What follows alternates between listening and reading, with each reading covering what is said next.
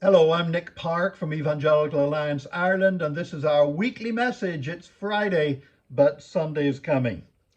Whether you're listening to this on the radio or watching the video, there's a real feeling of deja vu as we approach Christmas this year. We feel like we've been here before. All the uncertainty when we try to plan events for Christmas and we're not quite sure what's going to be happening when we get there. I remember growing up in Northern Ireland. There would be the old gospel halls would often on their notice boards outside when they announced an event have in brackets after it DV, which was Latin, stood for Dio Volente, or God willing. It was a little bit of a proviso that it might not happen if God didn't want it to. I remember my wife's grandmother, Bella McFarland. When I knew her, she was already an old woman. She was in her 70s, and that was doesn't seem quite as old to me now, but it was old to me back then. And I can remember when you arranged to talked about seeing her next time, she'd always say, "If I'm spared." Well, she was spared for a long time. She lived to be 101. But eventually she went to be with the Lord. But I'll never forget how she used to say, "Well, if I'm spared." Well, today it seems like everything we plan, people are saying, well, depending where we're at with COVID. And that's disappointing. It's disappointing because we'd hoped that by this time, this thing would be in our back mirror and we would be moving forward out of the whole COVID pandemic. Instead, right now, we're seeing hospitalizations and infections rising. Now, deaths, thankfully, are nowhere near the level they were before with such high infections and such like. But people still are dying, and every death is a tragedy. Again, I've lost a lot of friends to COVID over the last 2 years, and last week I lost another friend who actually caught COVID back in March, and the damage to his lungs and his heart just continued to deteriorate since that infection, and he went to be with the Lord in the last week. So each death is a tragedy. But what should our reaction be now as churches? Where do we go from here as churches? Well, hopefully not to another lockdown. At EAI, we believe that would be very detrimental indeed, and that there should not be more restrictions placed on churches if we are already observing the protocols that are helping us to meet safely now. There are many more events in society that pose a much greater risk to health than people gathering to worship together. I'm thinking of nightclubs, I'm thinking of pubs, I'm thinking of sporting events, I'm thinking of hairdressers and such like.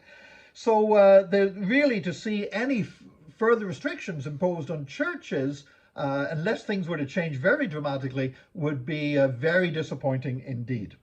Now, I do get a lot of people approaching me at EAI with questions. A lot of them are to do with vaccinations.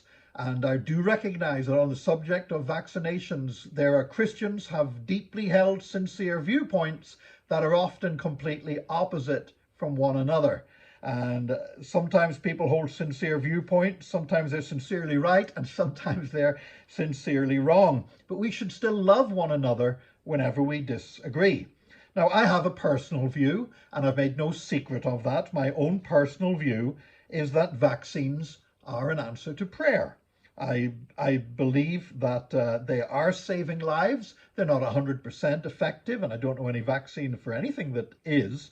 But I'm fully vaccinated, and I'm over 50 years of age, and so I'm in the group that's now waiting for the appointment to get my booster. And now I know people that see things very differently. I've talked with a lot of these people. I've read what they've had to say. I've listened carefully to them. And I have yet to hear a single coherent biblical, theological, or scientific argument that comes anywhere close to making me change my position.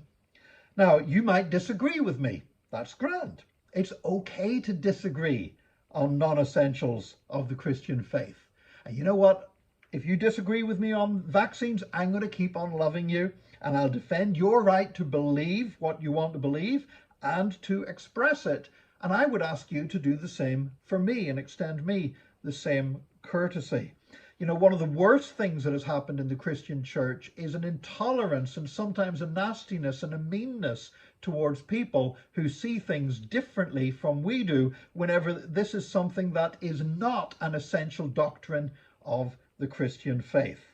Very often people very clearly want the right to express their viewpoint, but they get really mad if somebody expresses their different viewpoint. Let's not fall into that trap. So that's my personal opinion.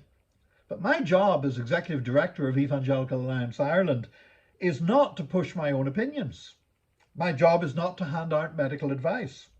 My job is to connect, equip, and represent churches, ministries, and individual evangelical Christians. And so I am committed to representing the interests of all the evangelical believers in Ireland, not just the ones that are members of EAI, but those who are not members either, and not only to people who share my view on vaccines, but to people with all the different views on it. We want to represent them all and represent their interests well. So when I get all these questions about vaccines, let's deal with the most common ones. First of all, people say, what about vaccine mandates for churches? Is the government going to impose a vaccine pass that churches have to vet people and scan their OR codes before they come into church? Let me just say straight away, before we talk about any likelihood of that, that is something that even though I believe in vaccines, I would be very opposed to churches having to do that. In fact, I would not, as a church pastor, enforce that. I would close the church doors before I would be forced to operate a system that denies people entry into worship services, because I believe the gospel is for all, and the gospel must be open to everybody, and that discriminating who can and cannot come to church is not something that actually crosses a line. For me as a pastor, that crosses a very clear line that I'm not prepared to cross. Having said that, I don't believe that vaccine mandates are on the way for churches. There's certainly been no sign whatsoever from government. We've been assured that that is not the case and is not in the planning or anywhere in the pipeline. To my knowledge, there's only one country in the world that has enforced that upon churches, and that's Israel, actually. But I know of no other countries that have enforced it, and there's certainly been no hint that Ireland would do it. Another question we get asked is about if vaccines are mandated for certain occupations by employers. Now, I'm not a solicitor, but legally there's some doubt how valid that would be in Ireland, whether it could be legally applied. I mean, you can to some extent see the reasoning behind it. You know, if you have a loved one who's in a vulnerable capacity in hospital, you don't want somebody working with them that is going to severely risk their health. You want your loved one to be cared for and receive the best possible care that they can receive. However, in some countries, vaccine mandates have been demanded by employers, and people have been removed from face-to-face contact with public if they refuse to get vaccinated. Now, only one country that I know of has included Christian ministers in that group that have to be vaccinated if they're going to deal with the public. That's New Zealand has just brought in that requirement, but I've certainly not heard of anywhere else in the world doing that. Now, what this does mean, however, with vaccine mandates for certain professions is that sometimes Christian ministers are asked to provide exemption letters by church members. Now, it certainly is permissible if somebody is being asked to do something that is against their conscience, and that is something that is part of the values, core values and core beliefs of the church, that members should not do that. In that case, church ministers can provide a vaccine exemption or an exemption letter for anything, and it's in many jurisdictions that is accepted as a valid excuse not to comply with something. Having said that, it doesn't mean that I as a pastor can write a letter for everything that somebody might believe. And so again, if opposition to vaccines is actually a core belief, one of the core values of a church, then the pastor of that church would be certainly justified in writing an exemption letter, whether it be accepted or not. But if it's not one of our core beliefs or core values, then it's very difficult to see why a church should be expected to provide such an exemption letter. As we say, we don't know yet in Ireland whether mandates for certain occupations will come into force or not. The other question I do get asked about is whether we think vaccines will be made legally mandatory for all people in Ireland. And there have been a couple of countries in Europe that are now taking that step. That's, I think, Austria and Slovakia. It certainly would be unlikely that Ireland would take a step, but you can never say never. So certainly we've heard nothing that would indicate that that is anyway a realistic prospect at present. And I do believe it's something that government would be very reluctant to try to bring in. Having said all of that, whether you agree or don't agree with vaccines, I want to make a plea to all Christians. Let's love one another. You know, we need to love one another even when we disagree. We should pray for one another, and we should not try to undermine one another because we might disagree with somebody on a particular issue such as vaccines. Let's do everything we can to stay safe and to show love for others. In particular, I would please urge you that if you have cold or flu symptoms, don't attend church. You know, if you have symptoms that are consistent with COVID and you go to church anyway, that is not showing faith. It's showing foolishness, and that foolishness could well have tragic effects for other people. So we need to, and I'm a man of faith, but we also should not mistake foolishness for faith.